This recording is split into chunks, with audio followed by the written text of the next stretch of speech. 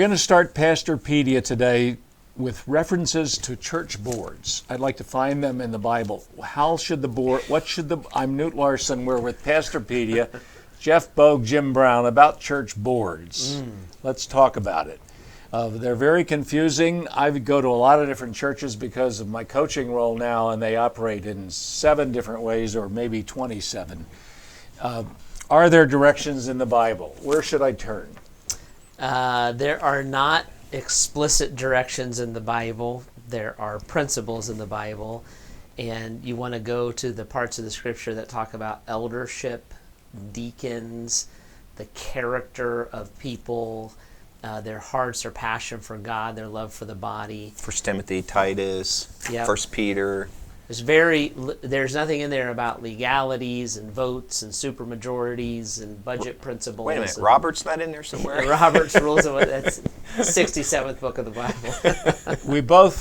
We all know, both of us that are listening and all 3 of us know they are the cause of many church problems. Yeah. Relationships, pastor and boards. So what are the important guidelines for a church board? There should be one, I want to say, because you got to have some kind of oversight. Yeah, and we've probably all helped or coached, or maybe you're a part of it. A church that doesn't have governance it usually has nightmares one way or another, and so we have it, believe in it. Here, what we do is we lean heavily into the idea of eldership. So we would have elders. A pastor is an elder, so we have what we call staff elders and then lay elders. And the way that our governance is set up is that on our administrative board of elders, there must be more lay elders than staff elders, right? So it creates accountability, it creates structure, it creates direction. You want to have in your governance the ability to have decision-making outlets. When do you bring the congregation in? When's it okay to move on without them? All those kind of things. So there are parameters to it. But in my view, it's really not, it's eldership. It's not the details of how much money do we spend cleaning the nursery every week. That's micromanagement. That's something actually volunteers should just get done.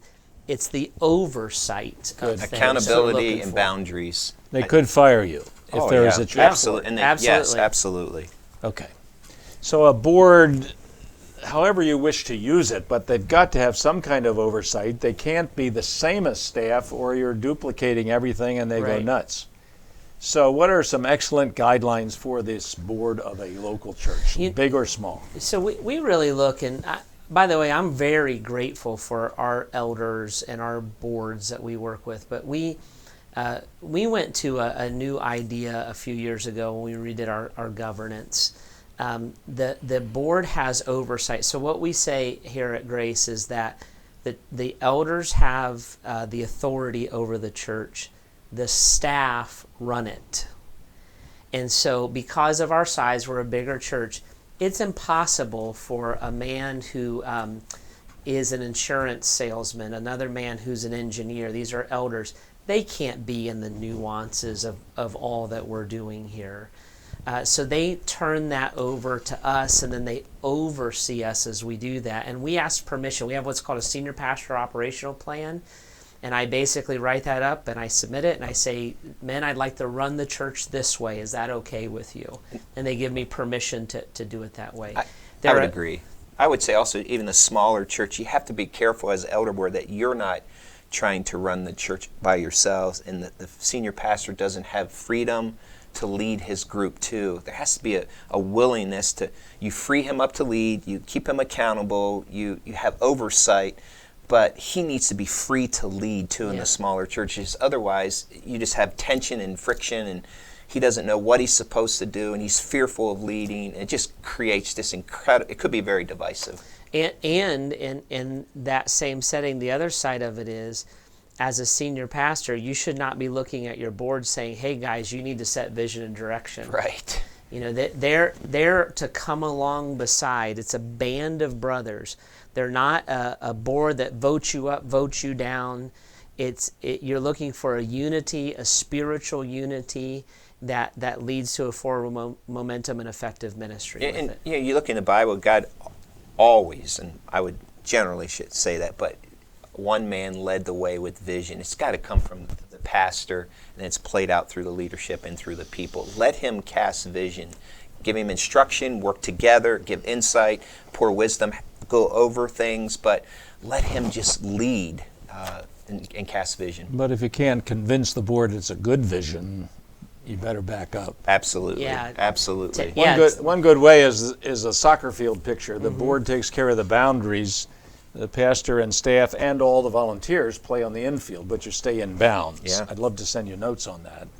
What are the important guidelines from the Bible? What does the Bible say an elder does? We're almost confusing it here, but an elder in the Bible He admonishes, he leads, he protects, he cares for the sick, he supports, he shares, he's a teammate, he visits the sick, he guards against false teaching. He has, it's the boundary kind of stuff too. He does not lord his authority Yes. over, so these are servant leaders. He's a husband of one wife. He loves people. He loves his wife. Loves his kids. great example. Yeah, he's Credibility with outsiders, all that, Good all that reputation.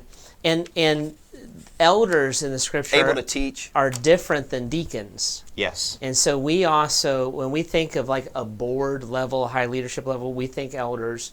We don't use the term deacon or deaconess a lot in our church because there are hundreds of them. A servant. A servant leader doing the work of the deacon and the deaconess all over the place. To help every pastor who's grappling, don't go change your constitution when you read something about it. What somebody has said, I said it, I would say it right now. Any system can work if, I mean, Right. within reason, any system.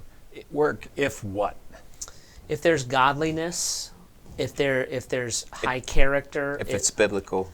if it's biblical, if the mission is the name and the cause of Jesus Christ, if there's love, if there's humility, If there's unity. Communication. communication, all trust, all the above. Yep. So we beg you to work together as a team to find a system that works, to be open about it. Don't keep secrets. To have a good oversight board and work together with love. Mm-hmm. Consider these things with your church and with Christ as Lord of the church and of the board and of the pastor. Thanks for listening and reading our notes on Pastorpedia. With Jeff Bogue, Jim Brown, Newt Larson, thank you very much.